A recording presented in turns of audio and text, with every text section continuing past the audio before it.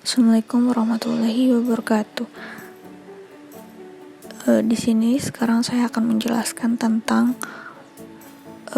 beberapa hadis yang beredar di masyarakat yang ternyata setelah dicek keasliannya sangatlah diragukan. Nah, maka dari itu perlunya kita memperhatikan keaslian suatu hadis sebelum kita mengamalkan hadis tersebut. Langsung saja kita bahas ke hadis yang pertama, yaitu tentang keutamaan surat Yasin. Banyak hadis-hadis yang tersebar di kalangan masyarakat menjelaskan keutamaan-keutamaan sebagai surat-surat Al-Quran. Namun sayangnya banyak di antara hadis itu yang lemah, bahkan palsu.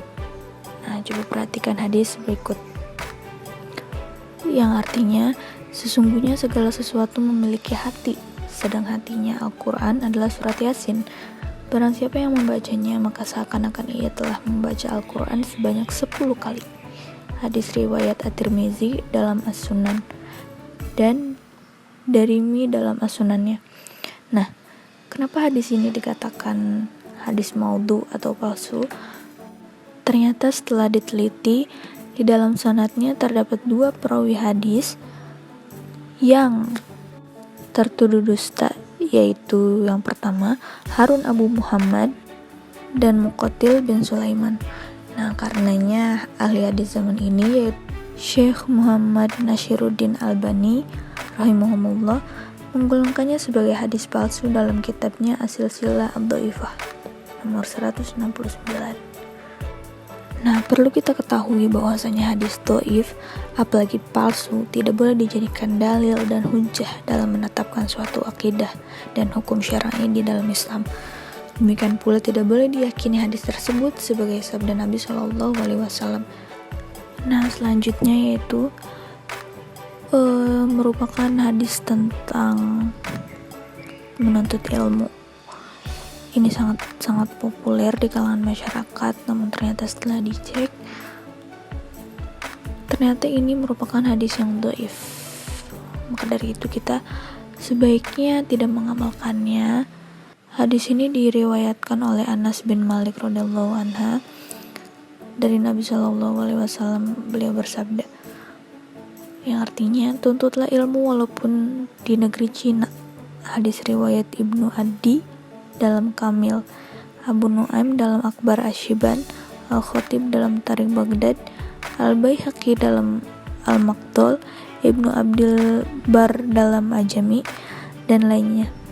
Semuanya dari jalur Al-Hasan bin Atiyah. Ia berkata, Abu Atikah bin Tarif bin Sulaiman telah menceritakan kami dari Anas secara marfu. Nah, ini adalah hadis dhaif jiddan, sangat-sangat lemah. Bahkan sebagian ahli hadis menghukuminya sebagai hadis batil, tidak ada asalnya. Ibnu Jauzi rahimahullah berkata dalam Al-Maudhu, Ibnu Hibban berkata hadis ini batil, tidak ada asalnya. Nah, oleh karena itu Syekh Albani rahimahullah menilai hadis ini sebagai hadis yang batil dan lemah dalam Ad-Dhaifahnya halaman 416. Nah, As-Suyuti dalam Al-Lail Al-Mashnu'ah pun menyebutkan 2 jalur lainnya bagi hadis ini, barangkali bisa menguatkan hadis di atas. Tetapi ternyata kedua jalur tersebut sama nasibnya dengan hadis di atas, bahkan lebih parah.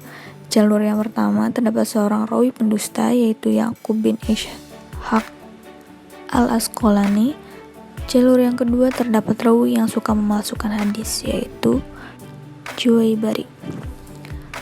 Intinya hadis ini tuh batil, tidak boleh diamalkan, apalagi dijadikan hujah dan diyakini sebagai sabda Nabi Rasulullah SAW, karena hadis ini merupakan hadis yang dhaif, bahkan dhaif jiddan atau lemah sekali. Nah, itulah 2 contoh hadis yang dapat saya sampaikan. Semoga informasinya bermanfaat. Wassalamualaikum warahmatullahi wabarakatuh.